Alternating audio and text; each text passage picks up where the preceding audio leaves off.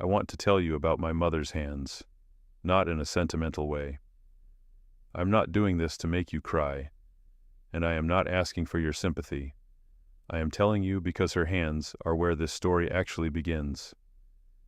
Not in a school hallway, not in a boardroom, not in any of the glass-walled conference rooms where I would eventually sit across from people who had long since forgotten she ever existed. It begins in a cramped apartment in the kind of neighborhood where the grocery store has bars on the windows and the potholes in the parking lot outside have not been filled in since before I was born. It begins with a woman who worked 11 years at a restaurant she could never afford to eat at, and who came home past midnight walking because the last bus stopped running at 11:30, and who sat at the kitchen table every night with a bowl of warm water and a cracked bar of soap, trying to get the skin on her hands to feel like skin again.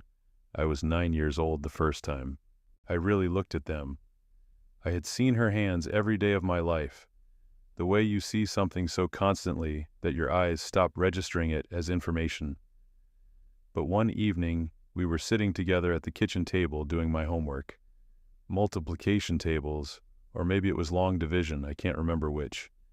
And she reached across to steady my paper, and her hand was right there next to mine, and something made me stop.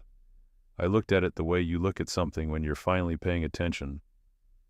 The knuckles were darker than the rest of her skin, the joints thick and raised in a way that did not look temporary. The fingers were slightly swollen toward the tips, in a way that I would later understand comes from long-term exposure to hot water and repetitive motion. There were cracks along the edges of her palms, small, precise-looking fissures that ran parallel to her lifeline, and that, I would learn, opened up every winter and sometimes bled before she even felt them. The fingernails were trimmed short to the quick because longer nails didn't survive a full shift. The skin between her knuckles was dry in a way that lotion couldn't fix because the damage was happening every day, faster than any overnight cream could reverse it. I asked her if it hurt. She thought about it. She didn't wave me off or give me the automatic reassurance that parents sometimes use to protect children from information they have decided children aren't ready for. She actually thought about it, looking at her own hand like she was seeing it from the outside for the first time. And then she said, "Not the way you're thinking. You stop feeling it after a while.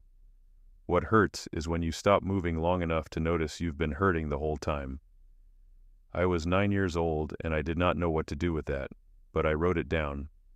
In the back of my math notebook, in my uneven elementary school handwriting, I wrote, "What hurts is when you stop moving long enough to notice you've been hurting the whole time." Asterisk, I don't know exactly why I did that. Maybe I already understood, in some wordless 9-year-old way, that she was teaching me something important, something that did not have a chapter in any school textbook, and that most people had to learn the hard way, through their own version of what she was living through. She worked at Caldwell Crown Kitchen. That was the name of the restaurant. It was part of the Caldwell Hospitality Group, which at the time I'm talking about had 7 locations spread across the metro area, all of them positioned as upscale American dining. The kind of establishment with heavy linen tablecloths and wine menus printed on thick cardstock, with appetizers that cost more than my mother earned in 90 minutes of standing over a commercial sink. She worked back of house. She had been hired as a dishwasher, and she remained a dishwasher for the entire 11 years of her employment there. Not because she lacked the ability to move up, but because the kitchen manager, a worn-out man in his 50s that everyone called Coach for reasons no one could trace back to any original moment, had told her during her second week that she was the fastest hands he had ever seen on a dish line, and that he didn't want to lose her to prep work. She took that as a compliment. She was probably right to. The building where she worked sat 12 miles from our apartment. It took her 40 minutes each way on 2 buses, and on the nights when the second bus had already made its last run, which was most nights because her shift ended after midnight, she walked the last 1.25 miles along a stretch of city sidewalk that was never fully lit, and that I worried about every time I lay awake waiting to hear her key in the door. She never let me worry about it out loud. She didn't talk about the walk the same way she didn't talk about a lot of things, with a deliberateness that I came to understand over the years as a form of discipline.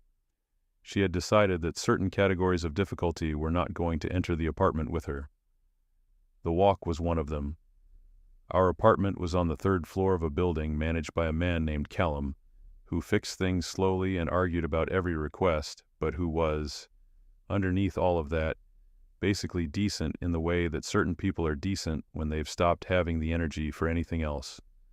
The building itself was what it was. Narrow hallways, radiators that clanked all winter, a laundry room in the basement where one of the 3 machines was always broken and the other 2 were in constant competition. The apartment had 2 bedrooms, though the second one was barely large enough to qualify for the word. It was mine. My mother had the larger room, not because she insisted on it, but because she worked nights and needed to be able to sleep in the morning without hearing every sound I made, from 6 feet away through a shared wall. Across the hall lived a woman named Renee, who was somewhere between 60 and ancient, and who was raising 2 of her grandchildren, a girl named Lila and a boy named Mason, who was a year older than me, after something had happened with their mother that no one explained to me directly, and that I understood from context was not a story with a happy middle. Renee's apartment smelled like candles and cooked rice and something floral that I could never identify. She had a television that received more channels than ours, and she let me come over on the evenings my mother was working, which was most evenings, and watch it until I fell asleep on her sofa, which happened so regularly that she kept a blanket folded on the arm of the couch at the end nearest the screen. Renee never made me feel like a burden. That is the thing I remember most about her. She never made me feel like I was a problem she was solving. She set a bowl of something on the table when I arrived. She watched her shows at a volume I could doze through, and when my mother knocked at her door after midnight to collect me, she would say every time, without variation, "He was good. He's always good." Whether that was true or not, it was what she said, and it was what my mother needed to hear, and I think Renee knew that. My mother never complained about the job to me. That was a rule she had built into herself, the kind of internal rule that people who are holding everything together on their own develop out of necessity and maintain through something close to iron will. If she was exhausted, and she was always exhausted, I would understand later, in the full sense of the word. She described herself as tired, because tired was workable, and tired meant you'd done something that day, and had something to show for it.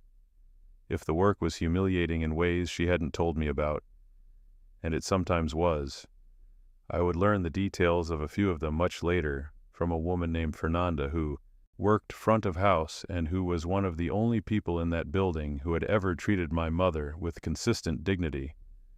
She did not bring that home. What she brought home was the particular quiet of someone who has been surrounded by noise and motion for 8 hours and who needs, more than anything, for the sound to stop. And sometimes she brought food, not the menu items. Those were not for people like her. Kitchen scraps, bread that hadn't made it to a table, a piece of overcooked salmon that couldn't be served, occasional odds and ends from the prep station that had been deemed insufficient for the dining room. She would put these things in the refrigerator and present them at dinner the next day with a matter-of-fact confidence that communicated, without commentary, that this was a meal worth having, and that there was nothing unusual about where it came from. Sometimes she said the leftovers were better reheated. Sometimes that was true. What she said to me, consistently, from the earliest age, that I was capable of receiving it as information rather than just noise. There is nothing shameful about honest work, nothing. The only thing worth being ashamed of is doing nothing with your life. She said it different ways, at different times. Sometimes it was a direct statement. Sometimes it was attached to a story about her own mother, who had cleaned other people's houses in a town 3 states away, and who had said something similar to her. Sometimes it was just the way she moved through the house after a shift, efficiently, without complaint, getting food ready or laundry started before she slept, because the time when she wasn't working was also time that could be used. She was teaching me something with all of it. I received the teaching without always knowing I was receiving it. I was not, as a child, a person who made trouble. I want to establish this clearly because the person I became later involves qualities: strategic thinking, deliberate patience, the capacity to pursue something for years without wavering, that people sometimes interpret as cold or calculating, and I want you to understand that those qualities were not original to me. They were developed. They were built from something much softer and more uncertain. The child I was before everything happened was quiet. I read constantly, the way certain children read when books are free and abundant, and television is limited, and the library is 12 minutes away on foot. I was decent at mathematics and better at reading, and worst at gym class, because I was thin in the way that children are thin when their diets are determined by what is available rather than what is optimal. I had a few good friends, not many, and one who was genuinely important. A boy named Nolan Bennett, who lived 2 blocks away, and who was the first person I'd ever met who was also reading books, because he wanted to, and not because an assignment required it. We spent Saturday afternoons at the public library, not because our families pushed us there, but because it was free. It was air-conditioned in summer, and it was one of the few places in our neighborhood where no one bothered you for simply sitting and thinking. I want you to hold on to that image. A boy in a library, thin, quiet, taking notes in the backs of notebooks, believing in his mother's philosophy about honest work and the shame of doing nothing. That is the person this story begins with. He is not the person it ends with, and the distance between those two versions is the thing I am trying to account for. The school I attended from 6th grade through the end of high school was Northfield Regional. It was a public school that served a catchment area sprawling across 3 different zip codes, and the way the district lines had been drawn, some years before I arrived, in some rezoning process I only half understood, meant that the school pulled students from neighborhoods like mine alongside students from a section of a much more affluent area to the north. This was presented, in the language of school board documents, as a positive thing: socioeconomic integration, diversity of experience, broadening of perspective. What it meant in practice on any given Tuesday morning was that kids arriving on school buses from apartment complexes like my building sat in the same homeroom as kids who had been dropped off by parents in vehicles that cost more than my mother would earn in 4 years. The school itself was physically adequate, a long brick building from the 1960s that had been updated in certain ways and neglected in others, with a gymnasium that smelled of old rubber and a library that was better than you might expect, and a cafeteria where the acoustics were so bad that you had to raise your voice to be heard at your own table. The teachers ranged from the genuinely excellent to the plainly exhausted, which is roughly what you get in any public school, serving a complicated population with a complicated budget. I had good teachers in enough subjects that I was not academically disadvantaged in any serious way, though I was aware from early on of a gap between what school was doing for me and what it seemed to be doing for others. Not a gap in teaching, a gap in preparation. The kids from the north end of the district arrived already knowing certain things: how to talk to adults as equals, how to navigate bureaucratic systems, how to project confidence in situations designed to reward confidence. These were not things that appeared on any curriculum. They were absorbed over years from living in a particular kind of environment. I was learning a different curriculum at home: how to do more with less, how to calibrate your needs to what is realistically available, how to move through the world without the assumption that it will accommodate you. Preston Caldwell was in my 7th grade social studies section. I did not know who he was when I first encountered him. That sounds strange to say now, but the name Caldwell meant nothing to me at that point. I knew my mother worked at a restaurant. I knew the restaurant's name. I did not know the family that owned it. I had not connected those dots, and had no particular reason to. What I noticed about Preston in those early weeks was purely social. He was tall for his age. He wore clothes that were identifiably more expensive than everyone else's, without being ostentatious about it. And he had a gift for filling a room that presented itself as casual, but was, I would understand later, entirely deliberate. He was funny in the specific way that certain people are funny, who have learned that humor can establish hierarchy. Not mean enough to be confrontational, specific enough to land, calibrated precisely to make the people he chose laugh and the people he chose not to choose, aware that they had not been chosen. He had a group around him by the second week of school, which told you something about his social ease and about what his social ease was constructed from. I was not his primary target. I want to be honest about that because it would be easy to frame this story as though I was always the center of his attention, the one he singled out and systematically tormented. That is not the truth. I was background initially, part of the general landscape of people he was not particularly interested in. He had other targets early on, boys who were more visibly awkward, whose responses to his humor were more satisfying to him. I was irrelevant, which was its own kind of status, and not an entirely unpleasant one. The dynamic between us became specific in 8th grade. I made the mistake, in retrospect, of doing well on a test at the wrong moment. It was a history exam given by a teacher named Mr. Granger, who was passionate about the Civil War in a way that bordered on consuming and considerably less engaged with everything else the curriculum required him to teach. I had studied carefully.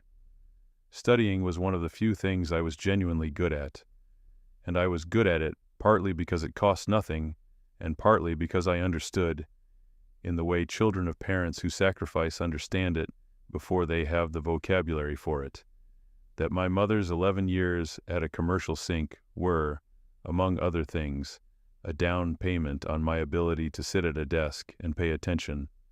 I took that seriously. I got the highest mark in the class. Mr. Granger mentioned it in class, which was kindly meant and immediately disastrous. In the social economy of 8th grade, academic achievement carries value only when it is paired with sufficient social currency to make it look effortless. I did not have that currency. What I had was a test score and a teacher's public acknowledgement of it, both of which were now information available to Preston. He did not say anything in class. He waited until the hallway afterward, with 3 of his friends arranged behind him in that casual but placed way that people who have learned to use space learn early, and he said, at a volume that was precisely calibrated to be heard by the people nearby without seeming like it was performed for an audience, "Congrats on the test. What else you got going for you?" His friends thought this was very funny. I did not have a response.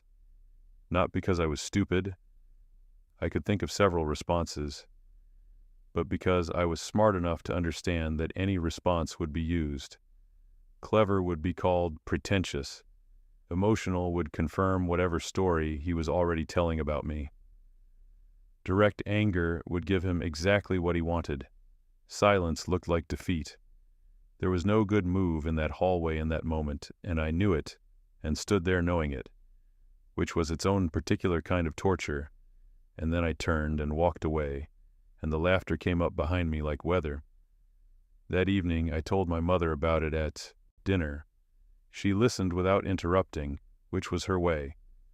When I finished, she was quiet for a moment, and then she said, "Did what he said change anything about what you know?"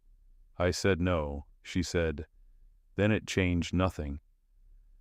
I understood the logic. I also understood that the logic, while correct, was not sufficient protection against the experience of standing in a hallway while people laughed at you. My mother lived in a world where she had long since made peace with certain kinds of dismissal by deciding they didn't count. I was 14. I had not yet made that peace, and I was not sure it was the right peace to make. The 8th grade passed with a series of small incidents. None of them were large enough to report or address through any official channel. That is the specific architecture of that kind of social dynamic. It functions precisely because the individual units are below the threshold of what anyone would call actionable. A comment in the hallway, a joke at the lunch table that reached me third hand, slightly warped in the retelling, but identifiably aimed at me. A group project where Preston maneuvered the assignments so that I ended up with the portion that involved the most work and the least visibility, and then spoke over me twice during the presentation when I tried to address the teacher's questions. His friends calling me by a variation of my name that made it sound like something less than it was. Constant, not consuming, just always there. The way certain background noises are always there until you move somewhere quiet and realize how much energy you had been spending not thinking about them. 9th grade, I was 14 going on 15, and what happened that fall was the first thing that broke through from the category of background humiliation into something that landed differently. It landed differently because it involved my mother. I found out about it secondhand, which was somehow worse than witnessing it directly. My mother mentioned it in passing one evening in the flat. Careful tone she used for things she had already processed and decided not to make into a larger conversation than necessary. She said a group of students from the high school had come to the restaurant. A Friday reservation, 6 people, teenagers. They had been loud but not out of control. She said one of them had done something.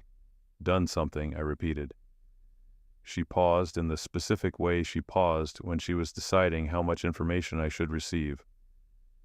He pointed toward the kitchen, she said, while the host was taking them to their table. He said something to the group about it. I asked if she heard what he said. She shook her head. Fernanda told me she heard it. He made a joke about my career. She said the word career with a slight, careful emphasis that contained everything. The irony, the deliberate use of the word to make its meaning its own opposite. The specific cruelty of pointing at a woman through a window and using the language of professional ambition to reduce her to a punchline. I knew immediately it was Preston. I did not ask my mother if she knew whose family owned the restaurant. I did not say his name. But the geometry of the situation was entirely clear to me. The restaurant, the school, the coincidence that was not a coincidence because Preston had grown up going to that restaurant for celebrations, because his father's photograph was in a frame near the host stand, because he would have known every face in the building.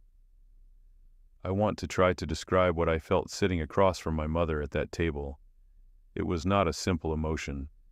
It was a compound thing. There was anger, obviously, but there was also something colder underneath the anger, a feeling of exposure, of having something private made public without my consent. My mother's hands, her hours, her late walks home, the bowl of water she soaked her palms in every night. These were things that existed in our apartment, between us, understood and not commented on, because they didn't require comment. They were ours. And he had reached into that private world and held it up in a dining room full of his friends and made it something to laugh at. I spent the rest of that evening composing things I wanted to say to Preston Caldwell and discarding them one after another. There was no version of any of them that would accomplish what I wanted to accomplish. That was the problem. I wanted to undo something that had already happened. I wanted to change the specific memory that his friends now had of that Friday night. I wanted the laughter to unhappen. None of those things were possible. What happened the following week at school was the first in a series of mistakes I made by acting too early, from a position of emotion rather than one of any actual leverage. I confronted him in the hallway. Not physically. I need to be absolutely clear about that because nothing in this story involves any kind of physical confrontation. I walked up to him between classes in a hallway that had a dozen other students in it, and I told him I knew he had been at the restaurant, and I knew what he had done, and I needed him to understand that it was not something that would happen again. He looked at me with genuine puzzlement for about 2 seconds. Then the expression shifted into something worse than anger or defensiveness. It became amusement. Slow, comfortable amusement. The kind that conveys that the speaker has already processed whatever you just said and found that it presents no real threat. That it is in fact mildly entertaining. That you have, by confronting him, provided him with a moment of entertainment he had not been expecting. "Your mom works there?" he said. "I didn't know that. That's actually kind of sad, man. I'm sorry." He said it like he was offering condolences, like he was the reasonable party in the conversation, offering sympathy for a situation I had raised. And what that framing did, what it was designed to do, though I would not have been able to articulate this at 15, was make my anger look like an overreaction. It recast the dynamic so that he was simply a person expressing genuine sympathy for a difficult circumstance, and I was the person who had turned that into a confrontation. My presence in the hallway, the deliberateness with which I had approached him, suddenly appeared to be the strange and disproportionate behavior rather than what he had done in that restaurant. I did not have the language for what had just happened. I stood there and felt the situation leave my hands entirely, and I turned and walked away without saying another word, because there was nothing left to say that would not make things worse. He called after me, not meanly, almost warmly, "Sorry, man, I didn't know," as though that settled it. The thing about that moment was that it taught me something important, though I would not fully articulate the lesson until years later. It taught me that the person with less social capital in a confrontation almost always loses the confrontation regardless of who is morally right. The mechanics of public conflict favor the person who controls the framing, and Preston Caldwell was, whatever else he was, extremely skilled at controlling frames. He could make his cruelty look like sympathy. He could make my righteous anger look like instability. He did this without effort, which meant he had done it so many times that it had become reflexive. Understanding this did not immediately help me, but it planted something. The pattern continued through 9th and 10th grade. Small incidents, unmeasurable and individually deniable. His friends knew my name now, in the way people know the name of someone who has been established as a peripheral target, not the primary one, not anyone particularly interesting, just a person who is useful occasionally for the function he served in. Preston's social repertoire, the comment at the lunch table, the group project dynamics, the hallway jokes, nothing you could bring to a teacher and expect a useful response. And then the incident that changed the scale of everything happened in the spring of our junior year. It was a Friday night in April. Preston had organized a reservation at Caldwell Crown Kitchen for a group of 8. I would learn this later through multiple channels, so I'm confident in the details. Someone's birthday, I think, though whose birthday may have been incidental to the real purpose of the evening, which seemed to be having an audience for Preston being Preston. The reservation was for 8:30. They had a table in the main dining room, which was the showpiece section, the one with the decorative lighting and the better sightlines, and the tablecloths that cost more per square foot to launder than the dishwashers in the kitchen earned per hour. At some point during the meal, after the entrees had come out, when the group was relaxed and loud in the way that groups of teenagers get loud in restaurants when they feel like the space belongs to them, Preston stood up from the table. He turned toward the kitchen pass-through window. He made a gesture that included the window, the kitchen beyond it, and the people moving around inside. And he said, at a volume calibrated for the tables around him, to hear as well as his own group, "That's where you go if you want real career development. Back there behind the window. That's where the true professionals operate." His group laughed. One of them, a boy named Ashton who attended a different school, and who I would encounter again in a different context years later, took out his phone and photographed the window toward the kitchen.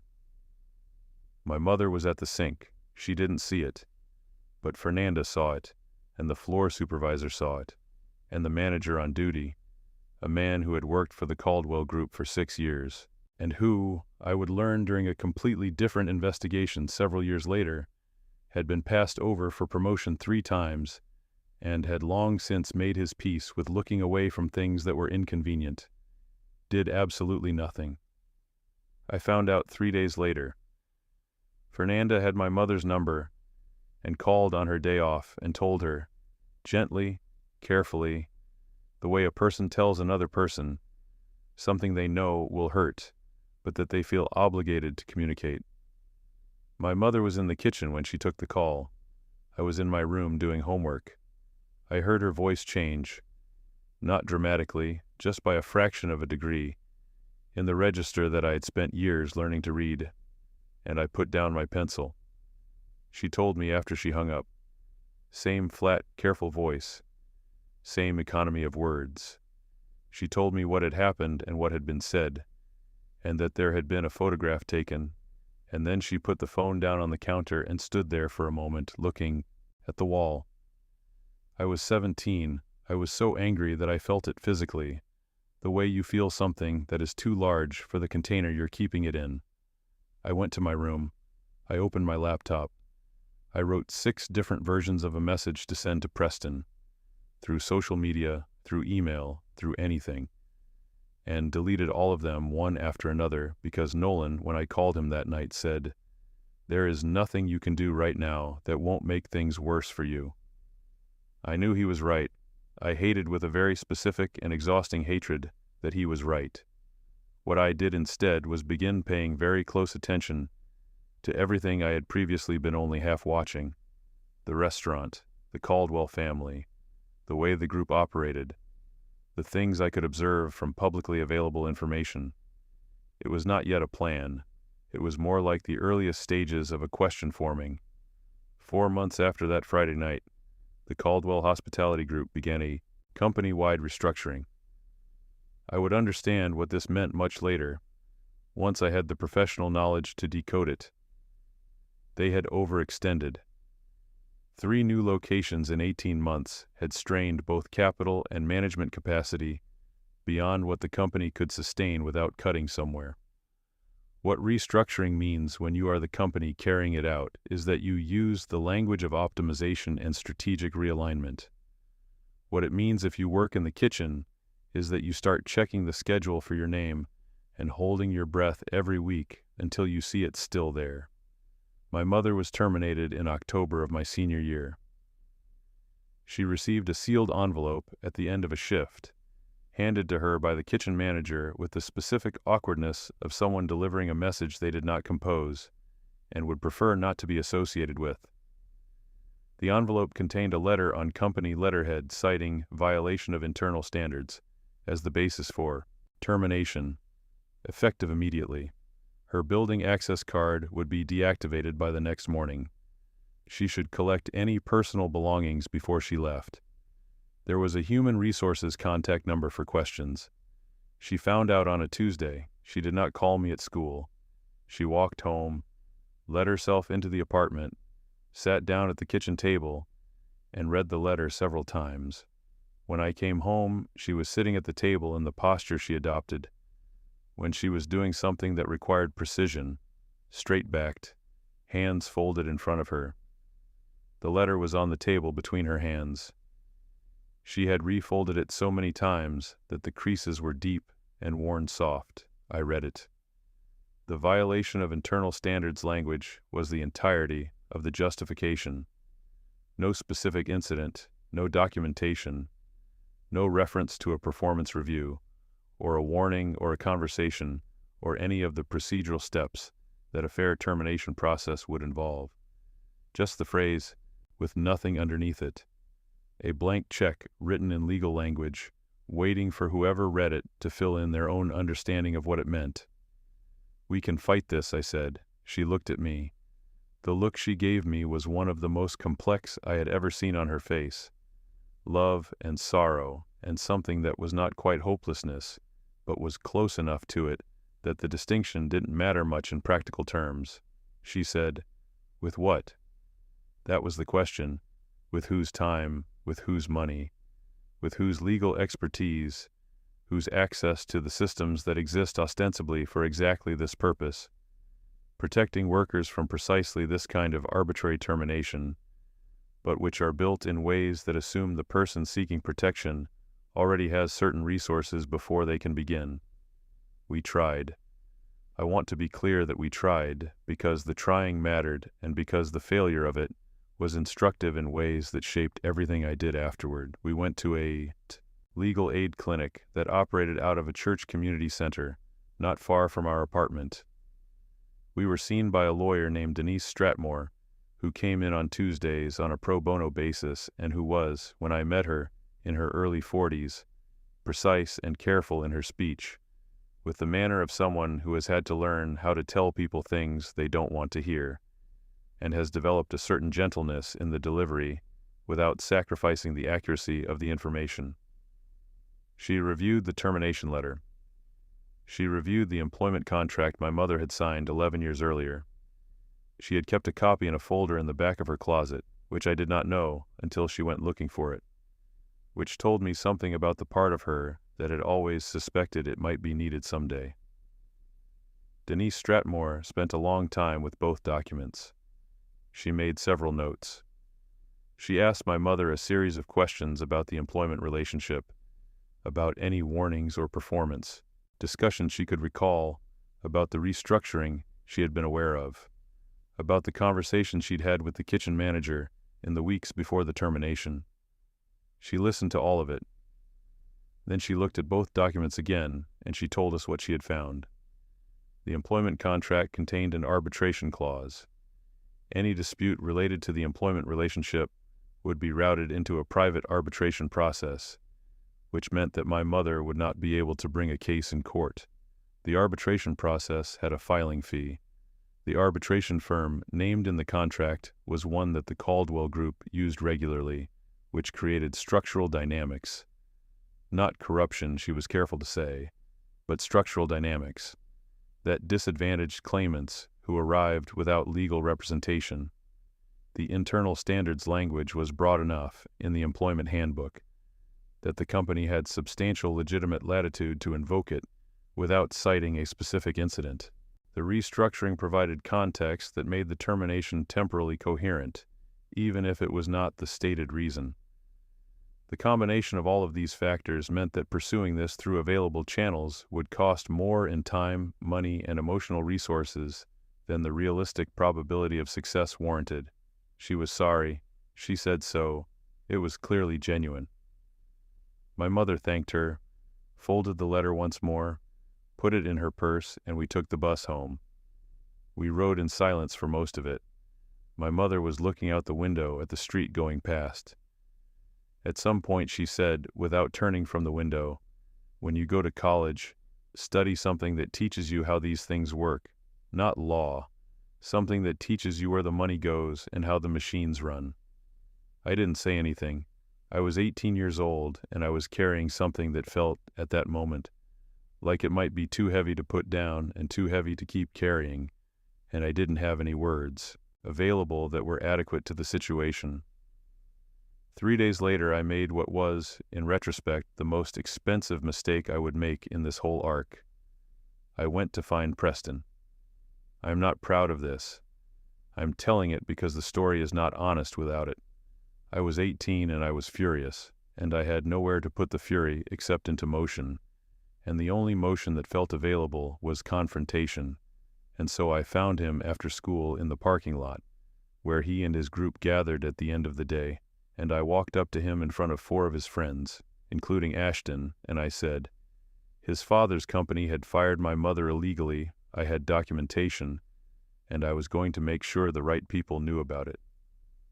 I did not have documentation. I had 1 letter and 1 conversation with a lawyer, who had told me, as gently as possible, that the case was not viable.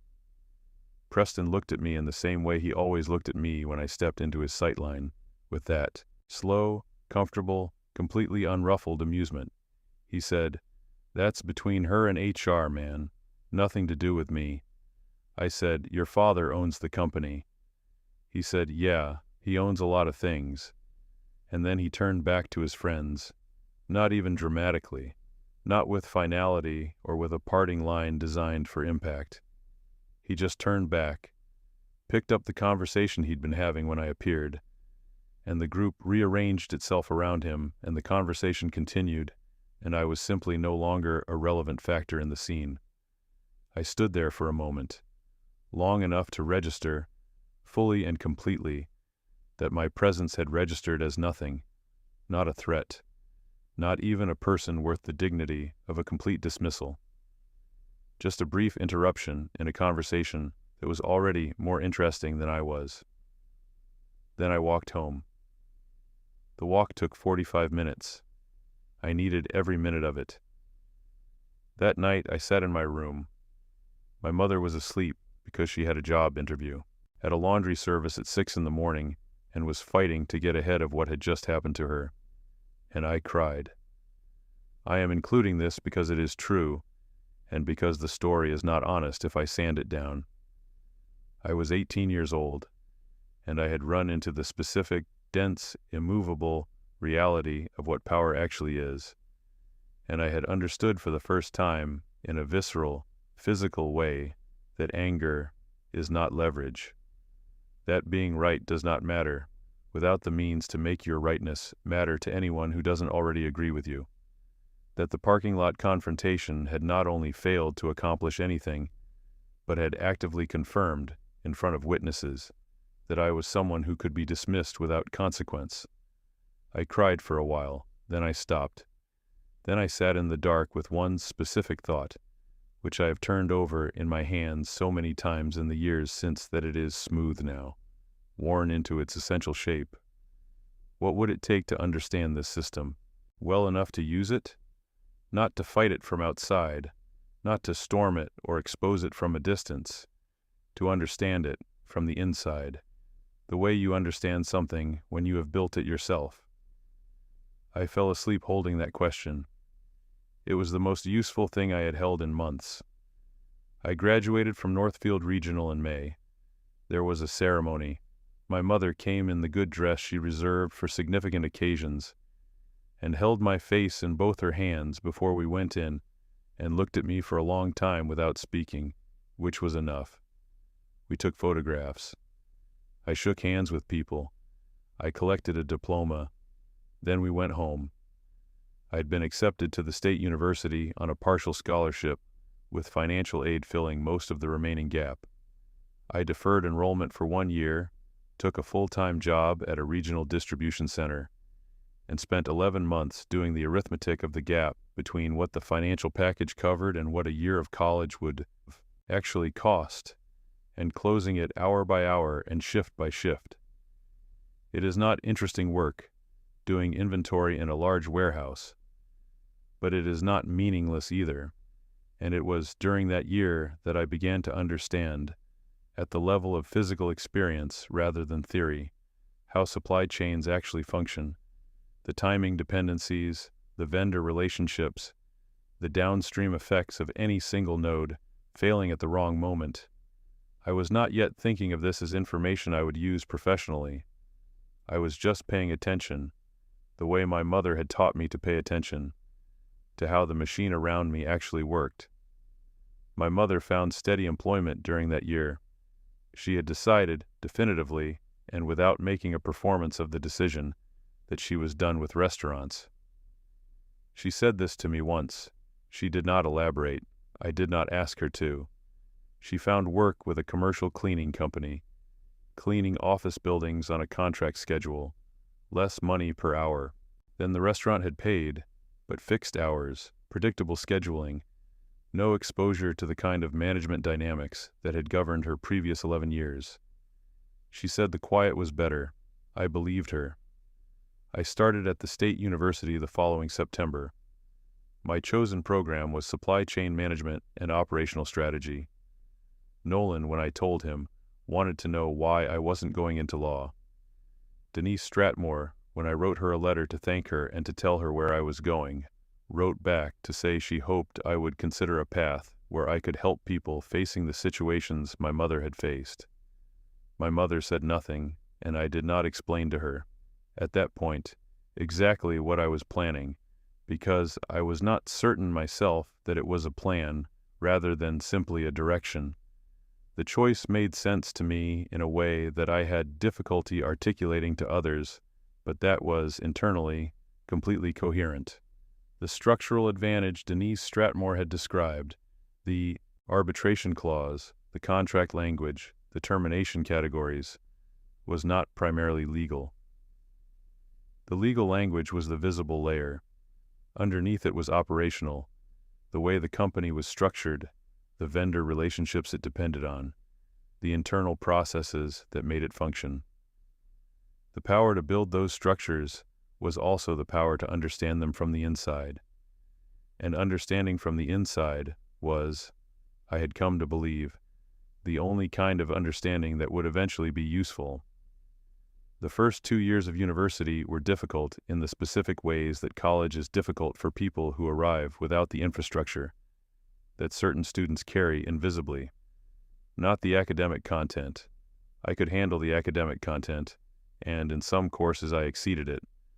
But the navigational layer, the unwritten rules about which professors rewarded which kinds of engagement, which student organizations carried which kinds of social and professional leverage, how to present yourself in office hours in a way that communicated intellectual seriousness without seeming aggressive, how to calibrate your behavior around people whose reference points were almost entirely different from yours without seeming like you were performing a version of yourself for their benefit.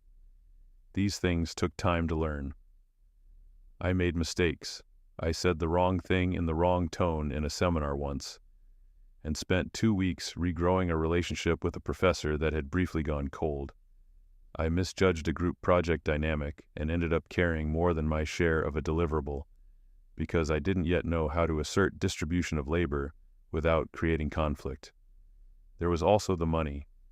I had done my arithmetic before I arrived, and I had done it carefully, which meant I was not surprised by the gap between what the financial aid covered and what actually living at a university cost. But knowing a gap exists and living inside it every day are different experiences. I could not eat at the campus dining hall on the meal plan as liberally as most students did, because I was rationing the discretionary portion of my budget to last the full semester. I wore the same 6 outfits for 2 years, not because I was making a statement about materialism, but because replacing clothes was not in the budget. I learned to do my laundry at the cheapest hours, to use the library's printing allocation down to the last page before the semester reset, to find the places on campus where the heat worked better in winter, so I could study without running up the utility bill in my off-campus apartment, which I shared with 2 other students, a first year named Graham Whitlock and an older student named Sonia Caldwell, no relation to anyone, who worked night shifts at a bakery and slept through most of the afternoon. So the apartment had a particular rhythm to it that was not unlivable, but was not exactly conducive to the kind of deep, sustained focus that my coursework demanded. I'm not describing this to generate sympathy. I'm describing it because these were the conditions under which I was also trying to teach myself the navigational layer, and because the combination of financial stress and social unfamiliarity produced a kind of chronic low-grade pressure that I became skilled at not showing while never fully not feeling. You learn to compartmentalize. You learn to sit in a classroom next to someone who spent the previous weekend at their family's beach house, and to engage with them as a colleague, which they were, without allowing the distance between your respective weekends to become a thing that sits visibly on your face. You learn to be present in the room that you're in, which sounds simple but requires a continuous, effortful discipline when you are carrying things that the person next to you is not. I had limited social life during those years, and I am honest with myself about whether that was by necessity or by choice. It was some of both. The work-study arrangement I had alongside my coursework. I worked weekends at a restaurant supply company managing inventory. Took significant time. The need to be financially careful took psychic space, but also, and I should say this plainly, I was not yet capable of being fully present in social situations without part of my attention elsewhere. part of my attention was always on the question I had gone to college to answer. It was like a low hum in the background of everything, not loud enough to be disabling, but persistent enough that certain kinds of leisure, the kind that require you to be completely located in the moment, were difficult to genuinely access. The person who became the most important professional relationship of my college years was a professor named Professor Merritt, who taught procurement systems and later a course on logistics risk management. He was not a warm man in the conventional sense. He did not perform encouragement. He did not grade on effort or on the confidence with which you presented ideas. What he did was treat every student's thinking with the same level of precise, direct scrutiny, which meant that the first time I contributed something genuinely interesting in his class, a question about cascading vendor dependency risk that I had been formulating since my year in the warehouse, and he paused before responding. I knew the pause was real because he gave everyone exactly the amount of time their thinking warranted, and no more. The question I had asked was about what happens to a restaurant supply chain when a single distributor, covering 30% of a chain's protein supply, misses 3 consecutive delivery windows. The textbook answer involved backup vendors and safety stock calculations. What I was asking about was the second and third order effects. What happens to the staffing schedule when the kitchen can't run the menu it was staffed for? What happens to the labor cost calculation when you're paying people to stand in a kitchen that can't produce what it was supposed to produce?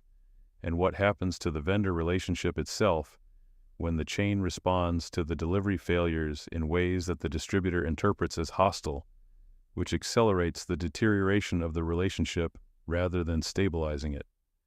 This was not a question from the textbook. It was a question from watching a distribution center for 11 months and paying attention to what happened when the sequence broke. Professor Merritt looked at me for a moment and said, "That's a better question than the one I asked you to think about. Come to office hours." I went to his office hours every week for 2 years. I have to be honest that this was not effortless or natural for me. Walking into a professor's office and saying, "Here is what I'm thinking," required, every single time, a deliberate act of will that did not get significantly easier with repetition. I had been trained by circumstance to underestimate the value of my own ideas in rooms full of people who had been trained to overestimate theirs. Sitting across from Professor Merritt and arguing about operational theory required me to override that training every week, which was its own form of work, and which, I would understand later, was exactly the kind of work I needed to be doing. He was demanding and direct and occasionally unkind in the way that certain brilliant people who have spent decades surrounded by imprecise thinking develop an impatience that can read as unkindness. He told me during our second meeting that my analytical framework was directionally correct but structurally naive, which was accurate and which I spent a week chewing on before concluding that he was right. He told me during our 8th meeting that the question I had just raised was one that 3 published papers had tried to answer without full success, and that I should go read all 3 and come back with an assessment of where they each failed. I did this. I came back. We argued about one of the papers for 40 minutes. It was the best 40 minutes of my academic career. By the end of my sophomore year, he was assigning me problems that were not part of any course material. I solved them and brought them back, and we argued about them. By junior year, he mentioned me to other faculty in the department as someone worth paying attention to. I learned this not from him, but from another professor who told me in passing, with a slight confusion about whether this information was supposed to reach me, and who seemed mildly surprised by my reaction, which was composed because I had been working toward exactly this kind of recognition for 2 years, and had decided well in advance not to be visibly affected when it arrived. Alongside the coursework I worked, throughout all 4 years, weekends at the restaurant supply company during the school year, then full summers in logistics operations for a regional distributor where I gained the kind of operational knowledge that comes only from physically being inside a working system. the loading dock at 4 in the morning, the vendor call that goes bad because a truck didn't make its delivery window, and now 3 other things are downstream affected. The way a single contract clause can become an enormous practical problem 6 months after it's signed, when conditions change, and neither party reads the clause the same way. The summers were the years I made the most important and least glamorous discoveries. In my second summer, working under a regional coordinator named Dominic Merritt, no relation to my professor, though the shared name felt meaningful in the way coincidences feel meaningful when you are young enough to notice them. I spent 3 weeks documenting the failure modes of a produce contract that had been written the previous year by someone who understood purchasing but did not understand delivery logistics, and the gap between those two kinds of understanding had cost the client approximately $40,000 in spoilage and emergency procurement over 8 months. Nobody had looked at the contract and the logistics data side by side before I did it. The problem was not sophisticated. It was a matter of knowing to look at both things simultaneously. That summer taught me something I would use for the rest of my career. The most expensive operational failures are almost never caused by complicated problems. They are caused by a gap between what 2 different parts of an organization understand about the same situation.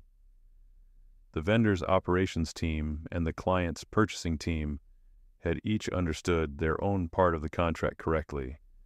They simply had not been in the same room with each other's understanding. The money had fallen into that gap. I was not yet thinking of this in terms of the Caldwell Group or of anything specific I intended to do. I was learning the craft, but the craft was the thing I had chosen specifically because of what I intended to do. So the two were always connected, and certain things I learned went into a category I did not label or examine too often. A category of knowledge that would be relevant eventually, when the time and the context were right. I graduated with honors and with 2 things: a clear analytical framework for understanding how large restaurant chains actually worked. Not the customer-facing version, not the marketing version, but the operational architecture underneath. And a job offer from a regional logistics consultancy that I accepted the week before graduation. I spent 3 years at that consultancy. I want to give those 3 years their proper weight because there is a version of this story where the consultancy years are a brief sentence between graduation and starting my own company. They were not. They were the years during which I learned how to actually do what I wanted to do.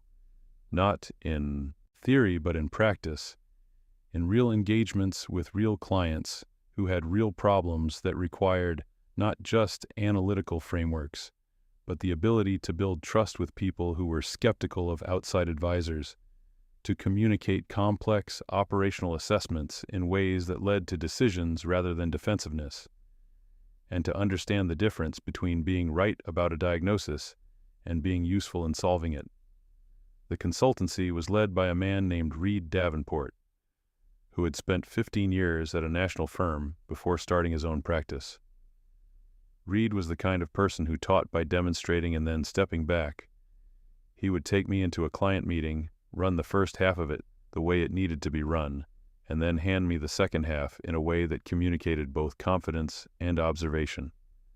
After every meeting, he would say 3 things: what had worked, what hadn't, and what I should have said at the moment I had said nothing. He was not unkind about it, but he was very precise. And precision about your own failures, when it comes from someone who has already done the work you are trying to learn how to do, is more useful than any amount of praise. In my first year there, I made a mistake that cost the consultancy a contract. I was lead on a procurement analysis for a small regional chain, and I delivered a report that was technically accurate and completely correct, and that the client rejected because I had failed to read the room correctly. The owner of the chain, a man who had built the business himself over 20 years, and who was, underneath his openness to outside help, deeply ambivalent about having been forced by financial pressure to admit that he needed it, had needed the report to be delivered in a way that acknowledged his expertise before it challenged his systems. I delivered the findings the way Professor Merritt had taught me to deliver findings, directly, with evidence, without preamble. It was the right approach for an academic setting and the wrong approach for a man who had been running his own restaurants since before I was born, and who experienced directness without acknowledgement as dismissal. We lost the renewal. Reed sat me down afterward and said, "The analysis was right. The delivery was wrong. In this business, both have to be right." I thought about that for a long time. I still think about it.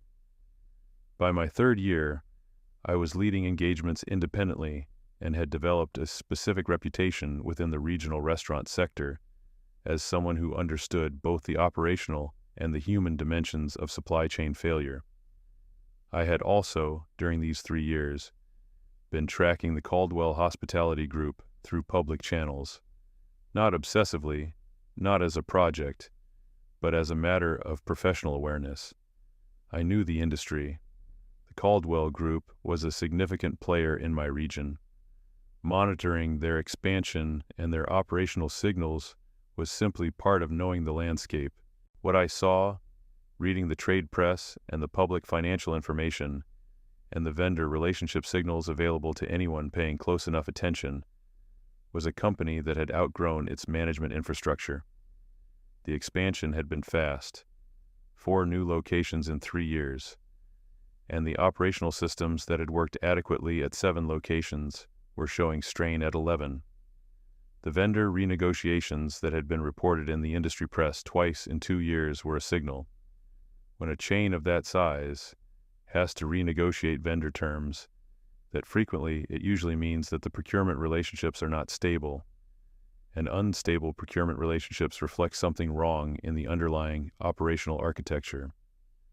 The turnover numbers, which appeared in industry surveys, were also elevated in ways that, if you understood what elevated turnover in kitchen roles typically meant about management practices, told a specific kind of story. I was not yet a position to do anything about what these signals suggested. I filed them. I waited. I kept building. My company, the one I started building in my 3rd year at the consultancy, was called Radnor Consulting Group, which was not named after Elliot at the time, but after the name I needed to register and didn't want attached to my own name yet, for reasons I couldn't fully articulate, except as a feeling that I was not yet ready to be visible in a certain way. Elliot came on as a partner 18 months in, which is how the name ended up being fitting. We specialized in logistics optimization and procurement systems for mid-sized to large restaurant chains, exactly the sector I had aimed for, exactly the infrastructure I had spent 6 years learning to understand. The early years were not glamorous. I want to be specific about this because there is a version of this story that compresses the struggle into a paragraph and then jumps to the success, and that version is a lie. The early years were grinding, financially marginal, and emotionally isolating in ways I hadn't fully anticipated. Elliot and I worked out of a rented office space that we shared with a tax preparation firm and a small architecture practice. The tax firm's clients came and went in a stream that peaked from February through April and then dropped sharply, and the architects played music through a wall that was thinner than anyone had advertised in the listing. We had 2 clients our first year. We lost one of them after 9 months because a larger firm undercut our pricing and the client, a regional pizza chain, went with the cheaper option. That loss was more than financial. It was the first time I understood what it meant to have worked hard and done good work, and still not been chosen, which is a different experience from failing at something and a more complicated one to process. The second client, a hotel restaurant group managed by a woman named Ingrid Sanderson, who was one of the most operationally precise people I have encountered in 20 years of this work, renewed our contract, but reduced scope because her budget had been cut from above. We were not failing exactly, but we were not succeeding in any way that felt secure, and the margins were thin enough that there were months where I paid myself below what I needed and covered the gap from savings, which is the kind of thing that is much easier to describe in retrospect than it was to manage in the moment. In those months, which ran from the middle of our second year into the early part of our third, I had a specific recurring experience. Waking up at 3 or 4 in the morning, with the financial arithmetic of the company running in my head with the involuntary quality of a bad dream. Not debt, I was careful about debt, but the gap between revenue and sustainability, the timeline calculations about how long I could sustain the current situation before the calculus changed. I would lie in the dark and run the numbers until I fell back asleep, which usually took an hour, and then I would get up when my alarm went off and go to the office and work. I was also, during this period, lonely in a specific and somewhat unexpected way. I had been so focused for so long, through college, through the consultancy years, through the early building of the company, that I had not paid much attention to the personal cost of that focus, and I had not built much in the way of personal life, not because I had consciously decided not to, because the building had been going in other directions and the personal territory had been left largely unattended. Elliot was a good partner and a real friend, but the day-to-day of running a struggling business takes a lot of the oxygen out of a friendship. The conversations we had were about the company more than they were about anything else, which was appropriate. It was what needed talking about, but it meant that the friendship, as a place of genuine restoration, was limited during those years. There was a relationship during those years, 2 years long, with a woman named Caroline Granger, who worked in financial analysis and who was, when I met her, the most straightforwardly honest person I had encountered in a long time. She told me things other people softened, and she received honesty from me in a way that felt, for a while, like genuine recognition.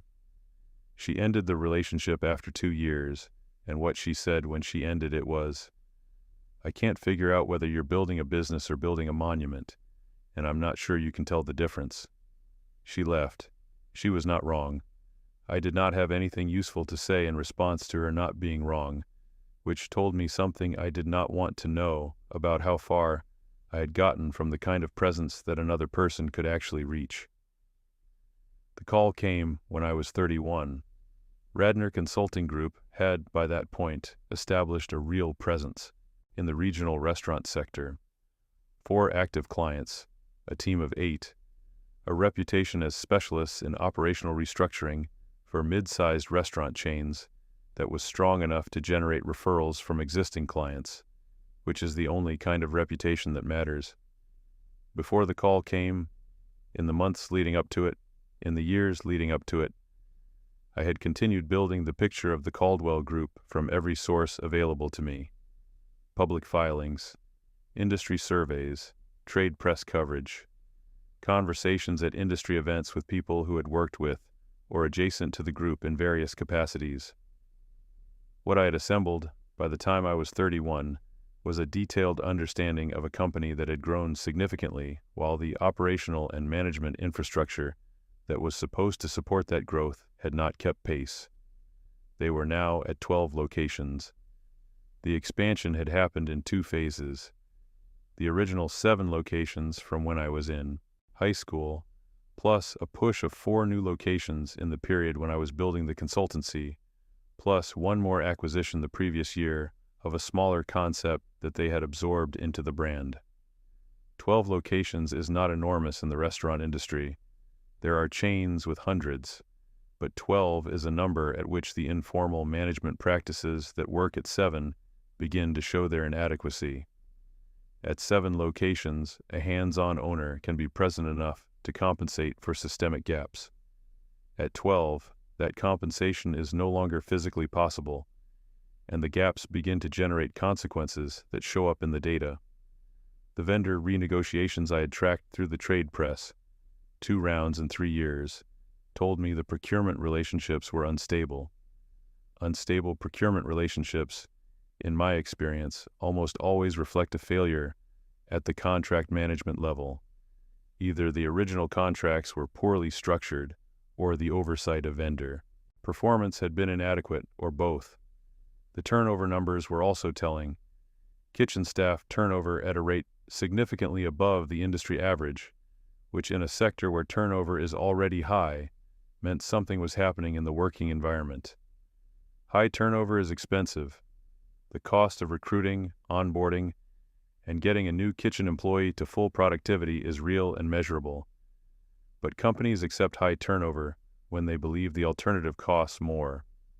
What that means in practice is that managing working conditions is sometimes considered more expensive than replacing workers.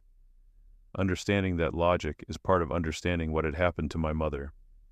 I also knew, from a conversation at an industry event the previous year, with a consultant named Wesley who had done a brief engagement with the group, that their internal compliance documentation was inconsistent across locations. He had mentioned it in passing as a frustration rather than a significant detail, and I had filed it without comment. Inconsistent compliance documentation across locations is a specific kind of operational gap. It means the corporate standards exist on paper, but the implementation varies depending on individual location management, which creates uneven risk exposure and makes systematic auditing both harder and more revealing when it actually happens. The call came from Adrian on a Tuesday in October. I wrote down what he said almost immediately after hanging up. The specific language he used about the operational disruptions, the timeline for the project, the scope as he described it. I'd been in this industry long enough to know that the scope as described in the first call is rarely the scope that matters, and that the first call's real function is to establish whether the chemistry is sufficient to move to the next conversation. I said I would review the preliminary information and respond by the end of the week. Elliot was in the office when I got off the phone. He looked at me. He knew enough of the background, not everything, but enough, to read what my face was doing. "You know what this is," he said. "I know exactly what it is," I said. He was quiet for a moment. Then he said, "Okay, I'm in." We took the engagement. I want to be honest about what I was thinking during the 4 weeks between signing the engagement contract and sitting down at that conference room table. I was not thinking about revenge. That word had not been in my vocabulary for years, not in the active sense. What I was thinking about was work, the specific, genuine work of understanding how this company's operations functioned and where the failures were and how they could be fixed. Because the fixing was real, and the operational improvement was real, and the company genuinely needed it. Those things were not pretexts. They were the actual work. The other thing was also real, but it ran alongside the work rather than being the purpose of it. There is a distinction there that matters to me. If I had gone into that engagement with only the other thing in mind, with the settlement and the compliance and the labor audit as the sole purpose, the operational work as cover, I think I would have felt it, and I think Elliot would have felt it, and I think the quality of the work would have reflected it. The work was good because it was genuine. The analysis we produced improved operational performance in ways that the company's leadership, including people who had nothing to do with what had happened to my mother, genuinely needed. Both things were true simultaneously. Holding both of them without letting either invalidate the other was something I had to think carefully about, and I did. The onboarding process took 4 weeks.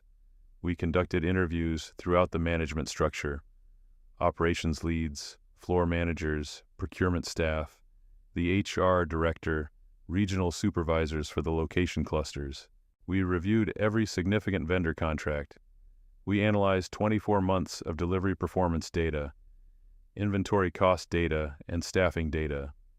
We built a comprehensive operational map of every dependency in the chain, what each location relied on, what it relied on those things for, what happened when any node failed. This is exactly what a serious operational restructuring engagement looks like. We were thorough. because thoroughness is what we do and what we charge for.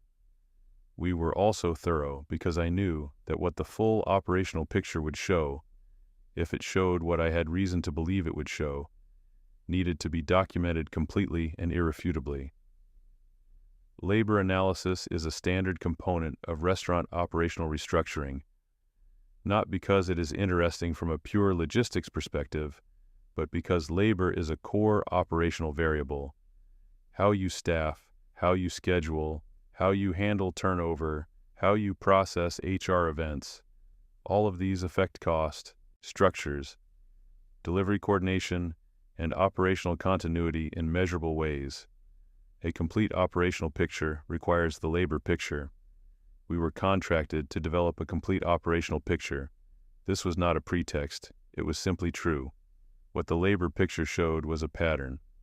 The termination practices I had identified through public records years earlier were visible in the internal data in a way that was, once you knew what you were looking at, remarkably clear. The company had a documented practice, documented in their own HR records, of assigning disciplinary categories to employees, typically in the weeks before contract renewal periods or during restructuring cycles. The categories were drawn from a set of internal classification codes, several of which mapped to the internal standards language in the employment contracts. The timing of these assignments, across 5 years of data, was not random. It correlated with restructuring events. It correlated with periods when reducing headcount without triggering layoff protocols would reduce certain costs. The employees affected were overwhelmingly in the lower wage classifications: back of house, dishwashing, prep, maintenance. The individual violations cited in these HR records were almost never substantiated with specific incident documentation. They were assigned categorically using the broadest available handbook language. This created a termination record that looked procedurally complete. There was an HR code, there was a category, there was an employment handbook reference, but that, on close examination, contained nothing that would constitute adequate documentation under either the company's own stated progressive discipline standards or the state workforce protection regulations that had been updated and strengthened in the 4 years prior to our engagement. I documented all of this, every data point sourced from their own records, which we had contractual authorization to access, every statistical pattern supported with the underlying data, every regulatory reference tied to the specific provision and its application to the documented practices. The report was comprehensive, internally sourced, and built in a way that made it impossible for the company to credibly dispute without disputing their own records. I also documented the regulatory exposure in full. The termination practices created meaningful risk under the state's updated workforce protection statutes. The OSHA incident logs for kitchen operations were incomplete in ways that created federal reporting questions. The Form 19 documentation had inconsistencies across locations. There were questions about the handling of benefits during terminations that touched ERISA provisions. None of these were obscure technicalities invented to create artificial leverage. They were real compliance gaps that a company of this size, operating in an industry under regulatory scrutiny, should not have had. They had accumulated because no one had looked at the full picture in a long time, if ever. I presented the operational report to the senior leadership team on a Tuesday morning in November. The conference room had glass walls, the kind that signal transparency and usually mean that everyone on the floor outside can see who is in the room, which was not a detail that escaped me. I was at the head of the table. Elliot was to my right. We had prepared the presentation over 3 weeks, and during those 3 weeks I had rehearsed the specific moments I knew would be difficult. Not the data which I could present in my sleep, but the transitions between sections, the moments where the tone of the room would shift, and where my own composure would be most important. Preston Caldwell was not in the room. I had not seen Preston since the parking lot 9 years earlier. He had a title at the company by this point, Vice President of Operations, which I had gathered from public information that would ordinarily place him at a meeting of this kind. His absence was not explained to me before the meeting began. I did not ask. His father was not in the room either. The people across from me were professionals, a CFO named Harlan Sanderson, the General Counsel Vaughn, a head of HR named Phoebe, 2 regional operations directors, and the company's head of procurement, Adrian, who had made the original call. They were not villains. They were people who had been running a system and who had not, I believe, spent much time thinking carefully about what certain parts of the system were doing in its less visible corners. This is more common than it is comfortable. People rarely examine the corners of systems that are functioning well enough to be profitable.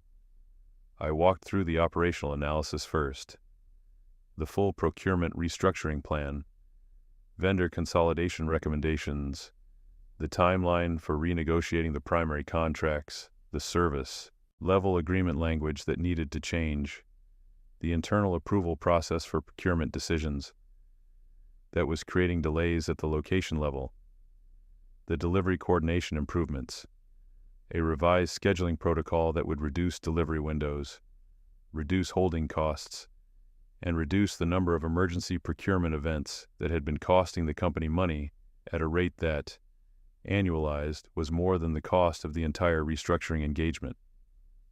The inventory management changes across the 12 locations. I spent 40 minutes on this section. I was thorough. I wanted the room to understand, before we got to anything else, that we had done the work, that the analysis was real, and that the value we were providing was genuine. Then I moved to the labor analysis. I explained what labor data we had examined and why it was relevant to operational performance.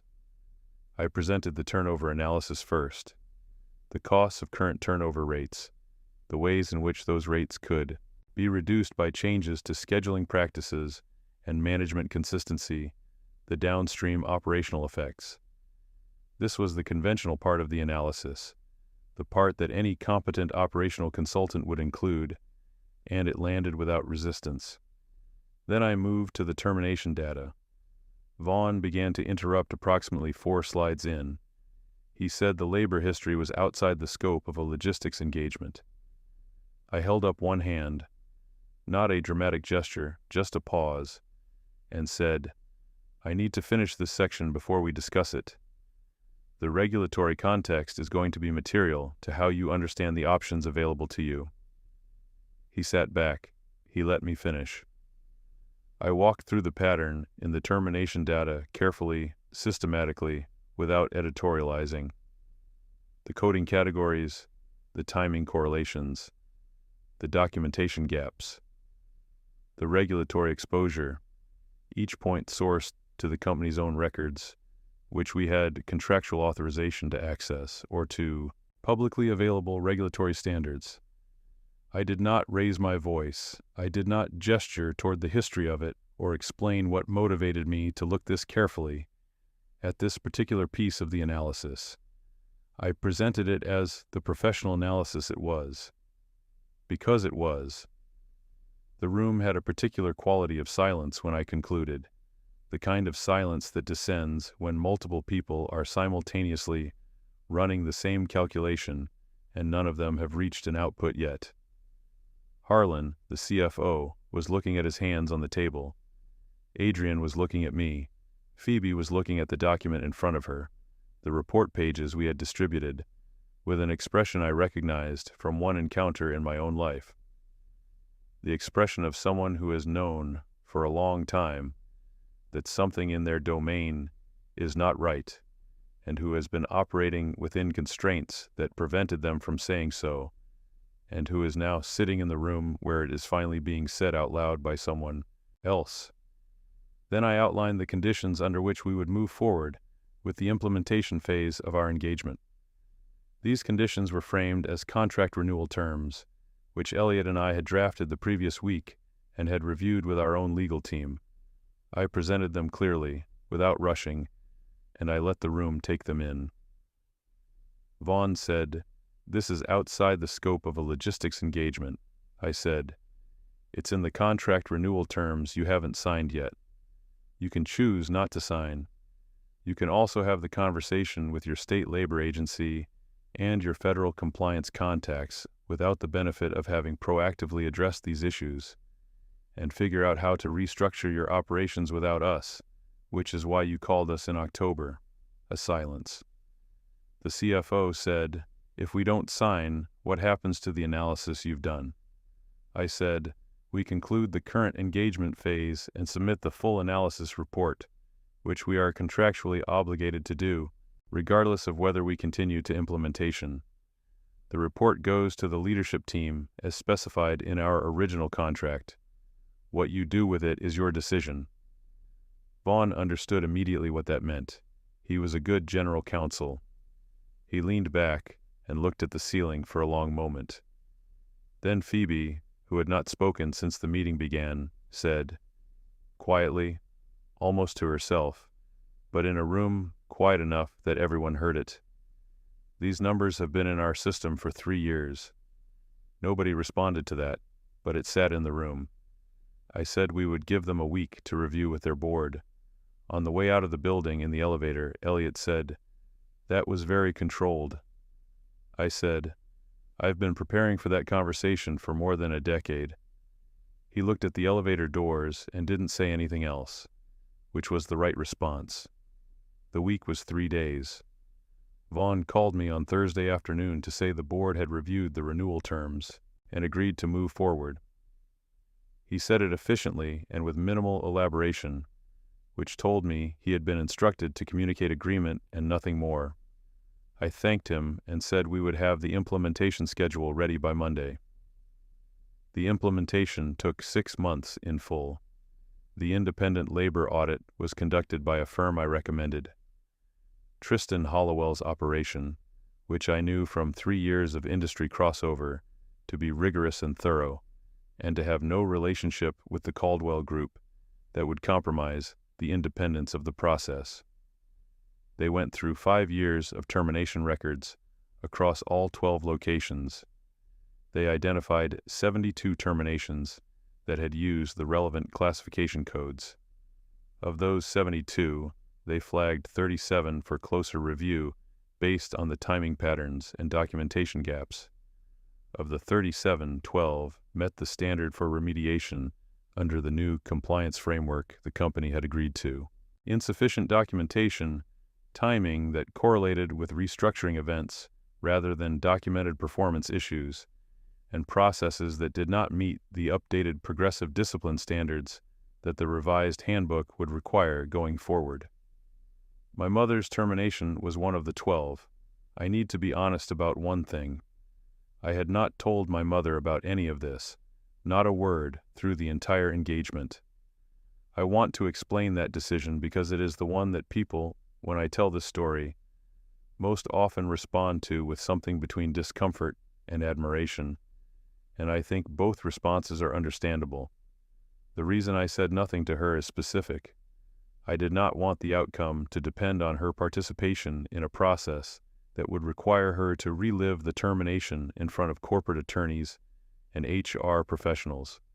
I did not want to build her expectations towards something that might not fully materialize, and I did not want her to experience, again, the specific and exhausting experience of having to present herself as a credible witness to her own mistreatment in a setting controlled by the people who had mistreated her.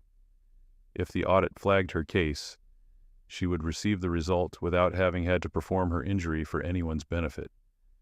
If it had not flagged her case, I would have told her, and we would have had a different conversation. But I was not wrong about what the data showed, and the data showed what it showed.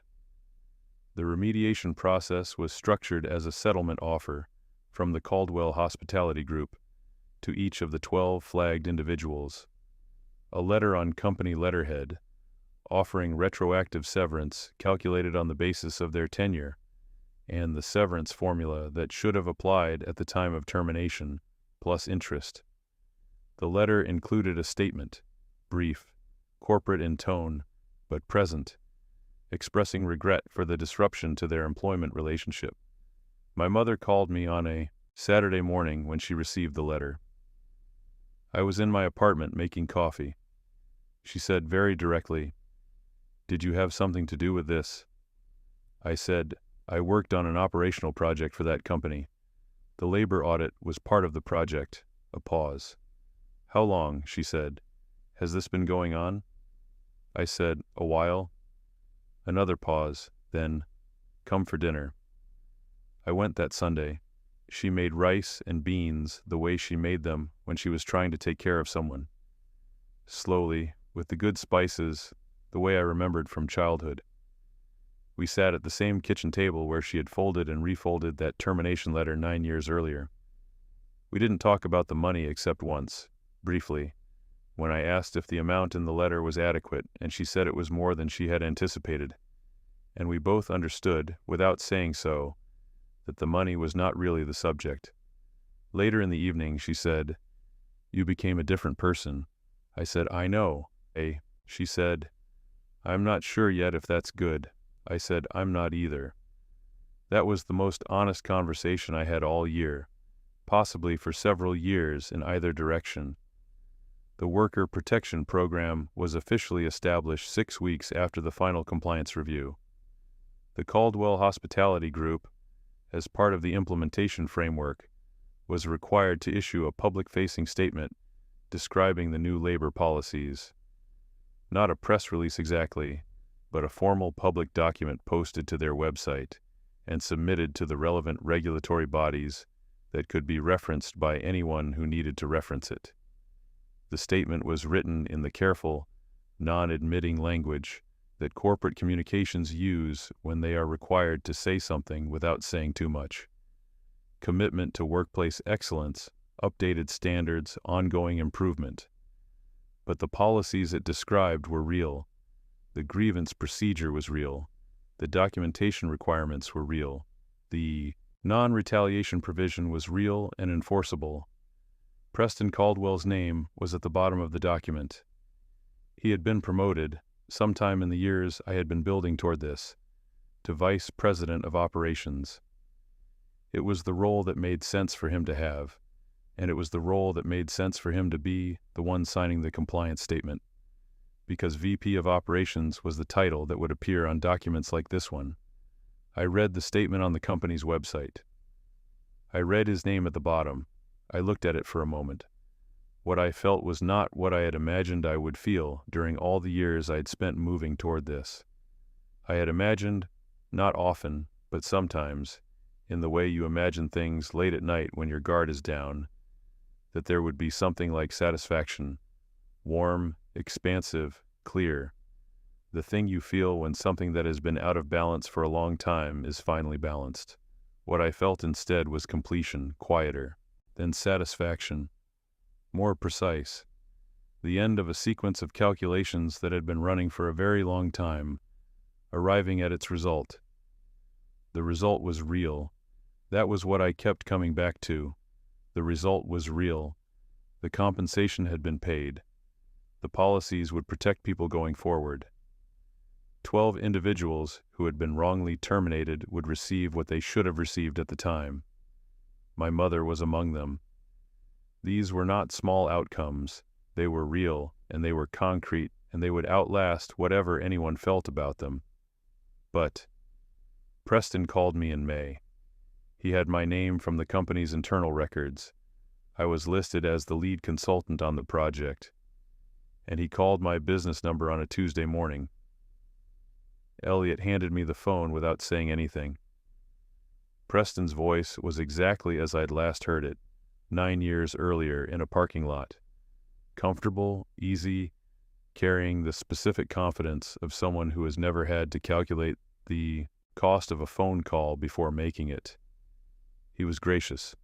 He thanked me personally for the work the firm had done on the engagement. He said the operational improvements were already showing up in the metrics, and the board was pleased with the results. He said he'd love to connect sometime, maybe have lunch, that he'd heard excellent things about the firm, and that he thought there might be real opportunities for a long-term working relationship going forward. He did not recognize my name. I want to let that rest for a moment. Not for dramatic effect. I want you to actually sit with what that means. He had called me. He had looked up my name from the engagement records and dialed my number and had a conversation with me, and he did not recognize me. I was the person who had restructured his family's business, had forced the compensation process that included my mother, had built the compliance framework he had put his name on, and I was, on the phone, a useful vendor, someone worth cultivating a relationship with. That was the full extent of my significance to him. I said, "I appreciate the call. We won't be moving forward with an ongoing engagement." He said, "Really? Can I ask why?" I said, "We've completed what we were brought in to do. We're focused elsewhere." He said, "Well, the door is always open if that changes. I think there's a lot of potential in the relationship." He said relationship the way it means something that functions for business purposes and not much else. I said, "Take care." And I ended the call. Elliot looked at me from across the room. I said, "That's finished." He nodded. He had the grace not to say anything else. I want to try to account for what the following months felt like. Not in the way that wraps things up, in the way that is actually honest. A friend from college, Elliot's former roommate, a man named Graham Whitlock, who had moved across the country and whom I had not spoken to in almost 2 years, texted me after reading something I had shared in a professional forum about labor compliance in the restaurant sector. He said, "That sounds like something you had been thinking about for a long time." He didn't know how long. I didn't explain. I wrote back something neutral and professional and closed the exchange. And then I sat with the specific loneliness of that, of having done something large and meaningful, and not being able to tell most of the people in your life what it had actually been about, or why, or how long you had been carrying it toward that moment. That is the cost of having kept something private for a long time. The privacy protects the work, and when the work is done, the privacy remains, and you are alone with it in a way that is not comfortable and is also probably correct. I visited my mother 3 weeks after the call. We walked in the park near her apartment.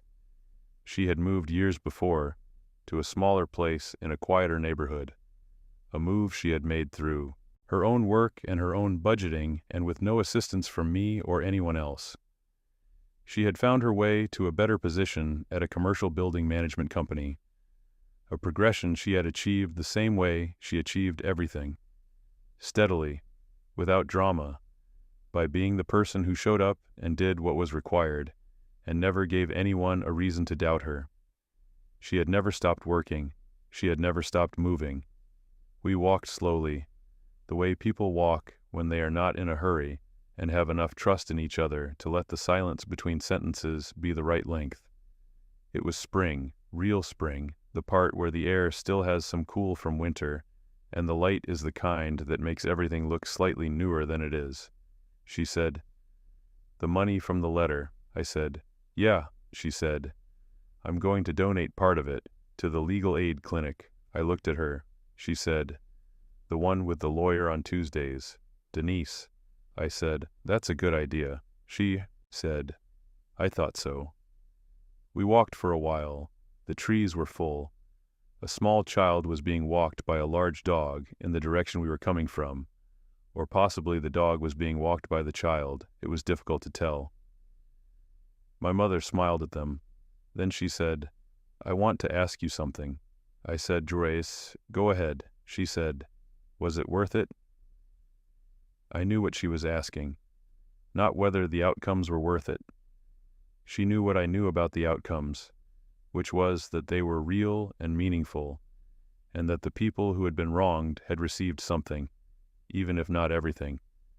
She was asking something more specific and more uncomfortable, whether the version of me that had been built to accomplish this was worth the cost of building him, whether the 12 years of deliberate, focused construction, the habits of patience and strategy and careful information management, the capacity to sit with something for over a decade without letting it break me or consume me too, visibly, whether the person who had emerged from that process was someone whose existence was, on balance, good. I thought about it for a long time, long enough that she waited, which told me she was asking the question genuinely rather than rhetorically. I said, "I think so. I'm still deciding." She nodded like that was the right answer. I don't know if it was, but it was the true one.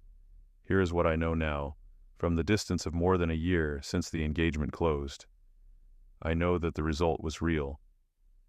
12 people received retroactive compensation they should have received at the time. Worker protection policies exist now, in writing, enforceable, in a company where they did not exist before. The documentation requirements that the Caldwell Group must now meet before any HR action will prevent at least some future versions of what happened to my mother and to the other 11 people in that audit. These are not enormous interventions in the overall landscape of American labor rights, where the fights that matter most happen at legislative levels. I don't operate at and through organizing efforts I can contribute to, but not lead. But they are real, and they happen because leverage was applied, not because of anyone's goodwill or better nature, not because of a confrontation in a parking lot, not because of a 17-year-old's righteous fury, but because a company needed what we had built, and we knew exactly how and when and how firmly to apply pressure. I know that Preston Caldwell signed his name to a document that will be in the regulatory record long after whatever comfort he draws from his position in his father's company has changed shape or disappeared. He signed it because there was no alternative available to him that did not carry greater costs. He has never known who I was when he signed it. He will probably never know. For a long time, I thought the not knowing was something I should have a strong feeling about, and I found that I didn't. Quite. The outcomes are real regardless of whether he understands his relationship to them. I know that my mother was right, the way she was right about most things, when she said that the thing that hurts is when you stop moving long enough to notice you've been hurting the whole time. I have stopped moving, briefly, for the first time in a long time, and I have noticed. What I am still working out is the other part. The cost of the construction. Caroline was not wrong that I had spent years building something and had sometimes lost the distinction between the building and myself. The person I was before any of this started. The quiet kid in the library. The boy who wrote things in the backs of notebooks. The version of me that had not yet been shaped by what happened in that parking lot or what happened to my mother's hands, is not the person I am now. I know this clearly. I think about it often. I am not certain whether what I built was worth everything I spent building it, or whether the question is even the right question to ask, or whether the right question is simply, given what happened and given who I was, what else could I have done? I don't know. I genuinely don't know. What I do know is this. The restaurant where my mother worked for 11 years now has a worker protection program. There are policies on paper and procedures in place, and a grievance process with a timeline, and a non-retaliation clause. The people who work in the kitchen there, the dishwashers, the prep staff, the people whose hands look the way my mother's hands looked, have more protection than they had before. Not complete protection, not perfect protection, but more. My mother said I should not put her name on the program. She said it with the same matter-of-fact certainty she used for everything she had decided. It's not mine to name, it's theirs to maintain. And she was right, the way she was always right, and her name is not on it. Her money is in the legal aid clinic budget, the clinic with the lawyer on Tuesdays, who told us gently that there was nothing she could do, and who was right about what the system allowed and wrong, as it turned out, about what could eventually be done with it. Maybe that money helps someone who comes in with a sealed envelope and a phone number that puts them on hold. Maybe it doesn't change their outcome. Maybe it changes what comes after. I think about the 12 people in the audit a lot. Not the cases. I've moved on from the documents. I think about the people, about what it means to carry something for years that you know was wrong and that was done to you and that you had no means to address. I carried my version of it for 12 years, and it shaped me in ways I am still accounting for. Most people don't have 12 years and a graduate education and a professional network, and the particular circumstances that put the Caldwell Hospitality Group's operational files in front of me. Most people carry it, and it doesn't get resolved, and it just becomes part of the weight of their life. That is the thing that sits with me most. Not what happened to me, not even what happened to my mother, though that is always there, but the structure, the architecture of it, the way the contracts were written and the HR codes were designed and the arbitration clauses were positioned, all of it built to make certain kinds of recourse structurally unavailable to exactly the people who most needed access to it. That system didn't come from nowhere, and it isn't unique to one company. It is the water in the bowl. It's what the environment is made of for millions of people who do the work that makes other people's businesses run. I don't have a solution to that. I have a firm that does what it does, and a track record of doing it well, and a growing reputation in the industry that may eventually put other versions of this situation in front of me. I have the language of power that I spent 12 years learning to speak. I can use it again when the opportunity is right, with the next company whose operational picture tells the story I have already learned to read. My mother told me, when I was 9 years old, sitting at a kitchen table, looking at her hands for the first time with real attention, "There is nothing shameful about honest work. Nothing. The only thing worth being ashamed of is doing nothing with your life." I believed her then. I believe her now. I am still deciding, though, whether the life I built trying to honor that belief is the one she meant when she said it. Whether the person she was raising at that table is still somewhere in the person I became. Whether the distance between them is a loss or a transformation, or just the price of having lived through what I lived through and tried, with what I had, to do something about it. I do not have the answer. I'm not sure the answer is something that arrives in a single moment of clarity. I think it's something you reckon with slowly over years, in the space between moving and stopping. I stopped. I noticed. I'm still here.